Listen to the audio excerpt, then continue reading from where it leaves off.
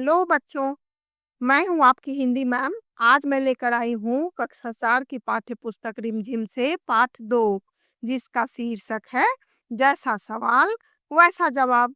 अब सही है कि जैसा सवाल होगा वैसा ही जवाब होगा। यदि सवाल सीधा साधा हो तो उसका जवाब भी सीधा ही होगा, लेकिन यदि सवाल टेढ़ा मेढ़ा हो, घुमा फिरा कर पूछा गया हो, तो उसका उत्तर भी वैसा ही होता है। तो चलिए हम लोग आगे बढ़ते हैं, इस कहानी को पढ़ते हैं। बादशाह अकबर अपने मंत्री बीरबल को बहुत पसंद करता था। बीरबल की बुद्धि के आगे बड़ों बड़ों की भी कुछ नहीं चल पाती थी। इसी कारण कुछ दरबारी बीरबल से जलते थे। वे बीरबल को मुसीबत में फंसाने के तरीके सोचते रहते थे। ठीक है, बादशाह कहते हैं राजा को, मंत्री जो राजा को सलाह देता हो। दरबारी कहते हैं राजा के दरबार में कुछ लोग होते हैं जो राजा के कामकाज में उसकी मदद करते हैं। उनका विभाग बटा हुआ होता है और सबको अपना अपना काम करना होता है। ठीक है, जलना का मतलब होता है ईर्ष्या करना। तो बच्चों, आपने अकबर और बीरबल की कई कहानी पढ़े या सुने होंगे, क्योंकि बच्चों के लिए इनके किस्से बहुत ही मजेदार होता है। बीरबल की चालाकी और हाजिर जवाबी तो मशहूर है। वह किसी भी समस्या का समाधान तुरंत ही अपनी बुद्धि से खोज लेते थे। उनकी बुद्धि के आगे किसी की चतुराई टिकती नहीं थी। अकबर बीरबल को बहुत पसंद करते थे, इसीलिए कुछ दरबारी बीरबल से ईर्ष्या करते थे, यानी कि जलते थे। अकबर के खास दरबारी ख्वाजा सरा को अपनी विद्या और बुद्धि पर बहुत घमंड था, बहुत अभिमान था। बीरबल को तो वे अपने सामने निरा बालक और मूर्ख समझते थे। उनको लगता था कि बीरबल की बुद्धि तो बिल्कुल बच्चों जैसी है और वह बेवकूफ है। लेकिन अपने ही मानने से तो कुछ नहीं होता है। यदि हम अपने आप को बुद्धिमान मान लेते हैं तो इसका अर्थ ये तो नहीं होता है कि हम बुद्धिमान ही हो। ये ख्वाजा सरा की सोच थी। असल में दरबार में बीरबल की ही तूती बोलती और ख्वाजा साहब की बात ऐसी लगती थी जैसे नक्कार खाने में तूती की आवाज। तूती बोलना और नक्कार खाने में तूती की आवाज, ये दोनों मुहावरे हैं। ऐसे तूती का अर्थ होता है बांसुरी जैसा ही एक वाद्य यंत्र, और नक्कार खाने का मतलब होता है वो कारखाना जिसमें ढोल नगाड़े आदि बनाए जाते हो। लेकिन हमको मुहावरे का अर्थ समझना है, तो तूती बोलना का अर्थ होता है शासन चलना, और नक्कार खाने का अर्थ होता है शक्तिशाली के आगे कमजोर का न टिकना, या बड़ों के आगे छोटों का नहीं चलना। तो भले ही ख्वाजा साहब बीरबल को बेवकूफ समझते थे, लेकिन दरबार में बीरबल की ही चलती होती थी। और ख्वाजा साहब की बातें ऐसी थी जैसे कि शक्तिशाली के आगे कमजोर लोग नहीं टिकता हो, यानी उनकी बात पर कोई ध्यान नहीं देता था। एक दिन ख्वाजा ने बीरबल को मूर्ख साबित करने के लिए बहुत सोच विचार कर कुछ मुश्किल प्रश्न सोच लिए। उन्हें विश्वास था कि बादशाह के उन प्रश्नों को सुनकर बीरबल के छक्के छूट जाएंगे और वह लाख कोशिश करके भी संतोषजनक उत्तर नहीं दे पाएगा।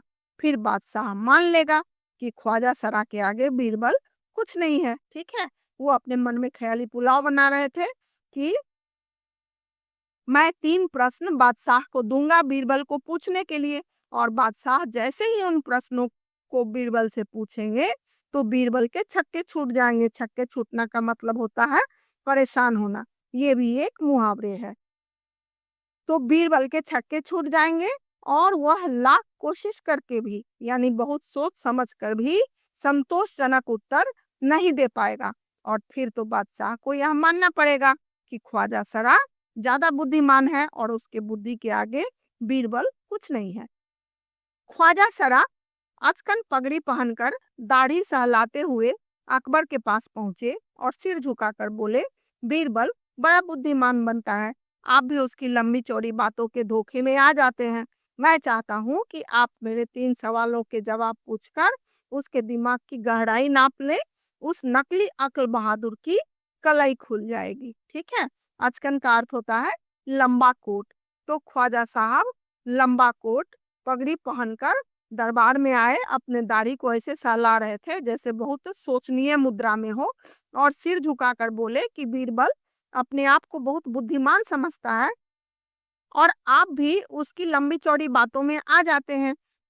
मैं चाहता हूँ कि आप मेरे 3 सवालों के जवाब पूछिए उससे और उसकी दिमाग की गहराई नाप लीजिए। यानी आप यह पता कर लीजिए कि वह सचमुच में बुद्धिमान है या फिर बुद्धिमान बनने का नाटक करता है। तब उस नकली अक्ल बहादुर की कलई खुल जाएगी। कलई खुल जाना का मतलब होता है पोल खुल जाना।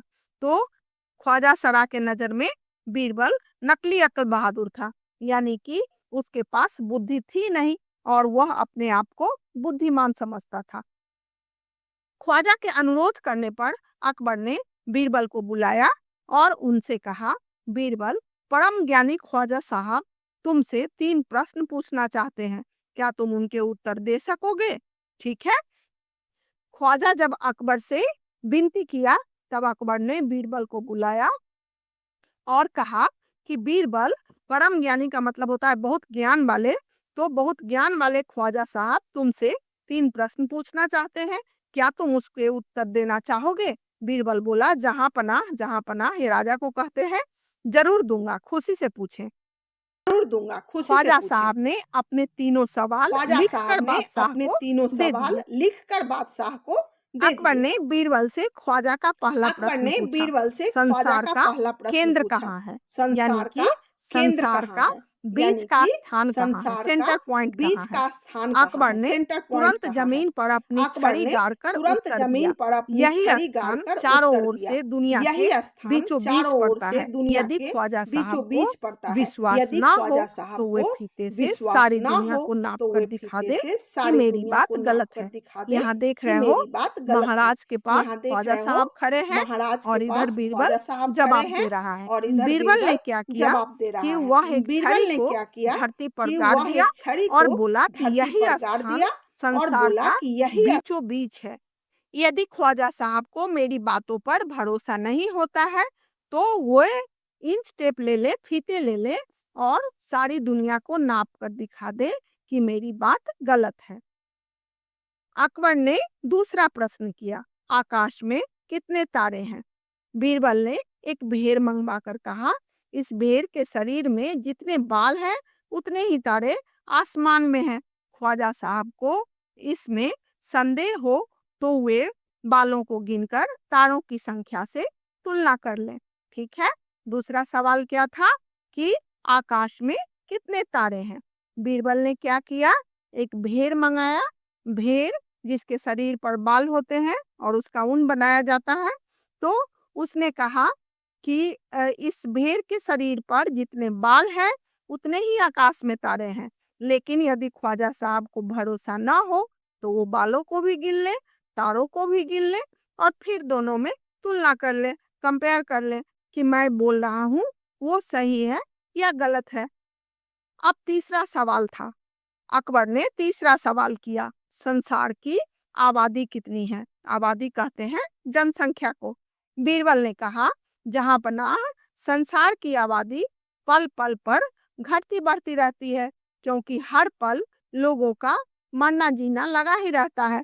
इसलिए यदि सभी लोगों को एक जगह इकट्ठा किया जाए तभी उनको गिनकर ठीक ठीक संख्या बताई जा सकती है। ठीक है।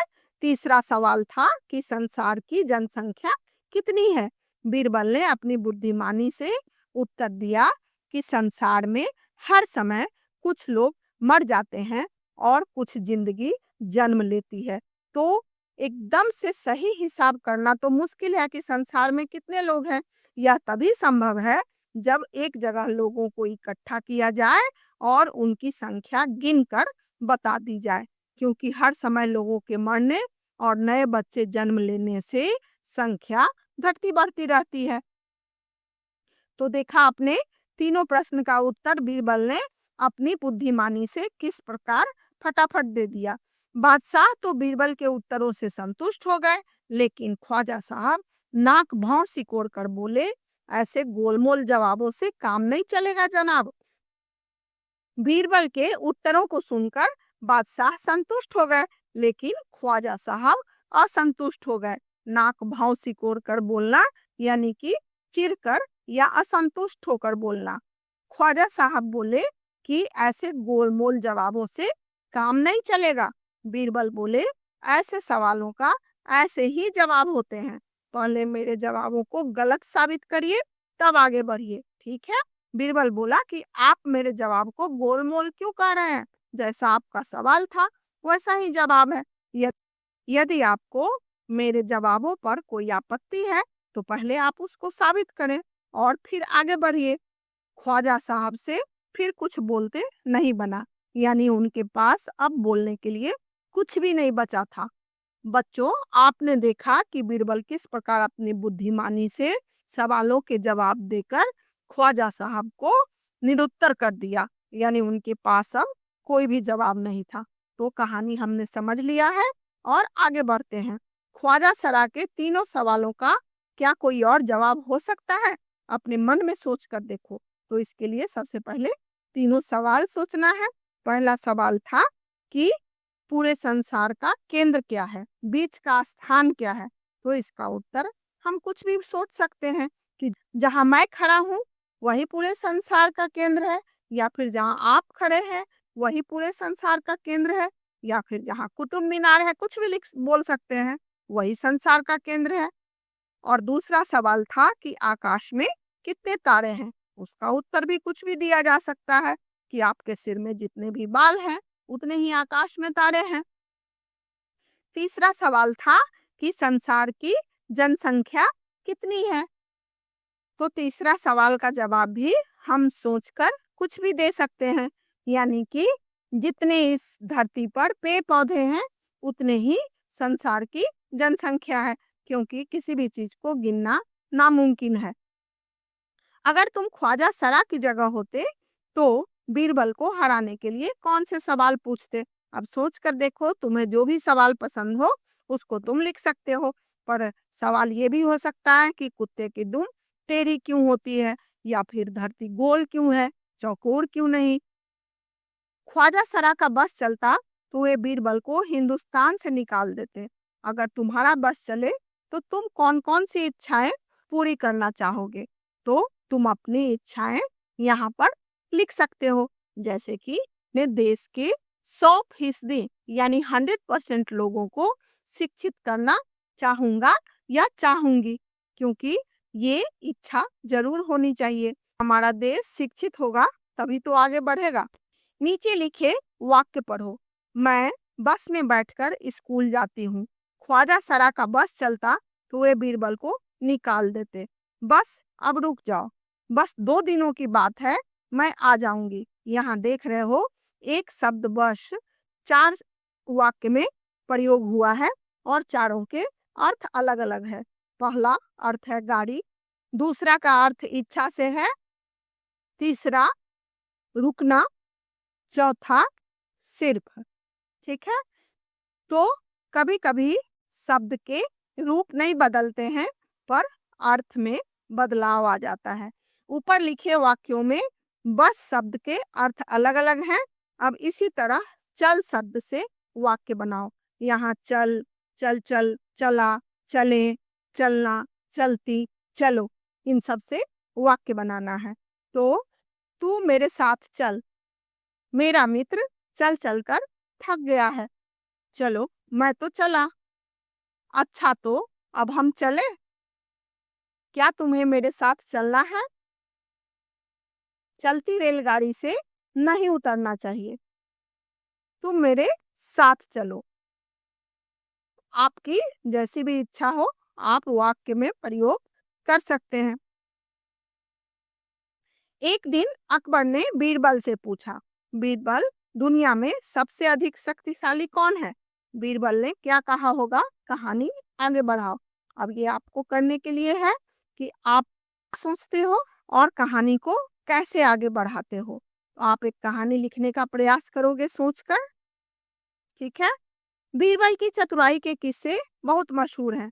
तुम भी बीरबल का एक ऐसा ही किस्सा ढूंढो जिसमें वह अपने जवाबों से सबका मुंह बंद कर देता है। तो बीरबल की कहानी तो आपने बहुत सुना होगा। बीरबल की खिचड़ी या कोई भी आपको जो भी पसंद आए उसको आप लिख सकते हो। बीरबल की तरह बहुत से अन्य व्यक्तियों की हाजिर जवाबी के किस्से प्रसिद्ध हैं, उनके नाम पता करो। तो ये भी आपको करना है।